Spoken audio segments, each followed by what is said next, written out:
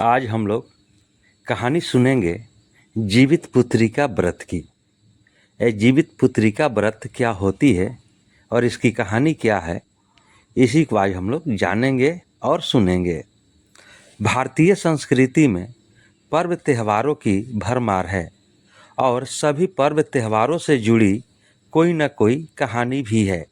इन्हीं व्रत त्योहारों में से एक ही जीवित पुत्रिका व्रत यानी जीवित पुत्र के लिए रखा जाने वाला व्रत। मान्यता है कि यह व्रत वे महिलाएं रखती हैं जिन्हें पुत्र होते हैं। बच्चों की लंबी उम्र के लिए रखा जाता है यह व्रत। कुछ इलाकों में इसे जीवतिया भी कहा जाता है। हिंदू पंचांग के अनुसार यह व्रत आश्विन माह कृष्ण पक्ष की अष्टमी को मनाया जाता है। इस व्रत को करने वाली महिलाएं संतान की लंबी आयु के लिए उपवास रखती है और पूजा अर्चना करती है। इसका उपवास निर्जला होता है यानी महिलाएं पानी तक नहीं पीती हैं। जीवित पुत्रिका व्रत के साथ जीमूतवाहन की कथा जुड़ी हुई है। गंधर्वों के राजकुमार का नाम जीमूतवाहन था। वह बड़े उदार और परोपकारी थे।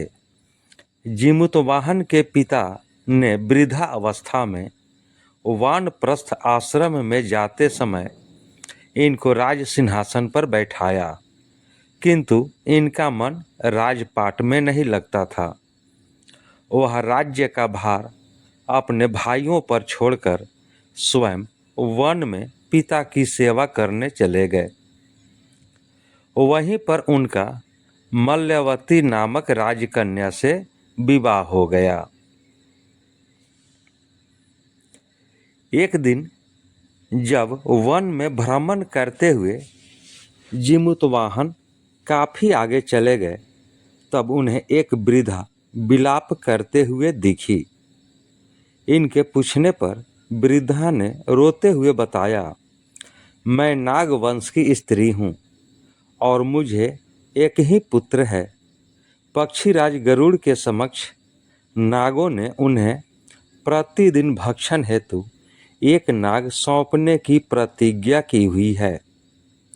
आज मेरे पुत्र शंखचूड़ की बलि का दिन है। जीमूतवाहन ने वृद्धा को आश्वस्त करते हुए कहा, डरो मत, मैं तुम्हारे पुत्र के प्राणों की रक्षा करूंगा।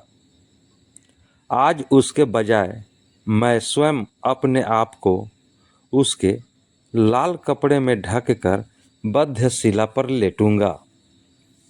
इतना कहकर जीमूतवाहन ने शंखचूड़ के हाथ से लाल कपड़ा ले लिया और वे उसे लपेटकर गरुड़ के बलि देने के लिए चुनी गई बद्धशिला पर लेट गए। नियत समय पर गरुड़ आए और लाल कपड़े में ढके जीमूतवाहन को पंजे में दबोचकर पहाड़ के शिखर पर जाकर बैठ गए। अपने चंगुल में गिरफ्तार प्राणी की आंख में आंसू और मुंह से आह निकलता न देखकर गरुड़ जी बड़े आश्चर्य में पड़ गए। उन्होंने जीमूतवाहन से उनका परिचय पूछा। जीमूतवाहन ने सारा किस्सा कह सुनाया। गरुड़ जी की उनकी बहादुरी और दूसरे की प्राण रक्षा करने में स्वयं का बलिदान देने की हिम्मत से बहुत प्रभावित हुए।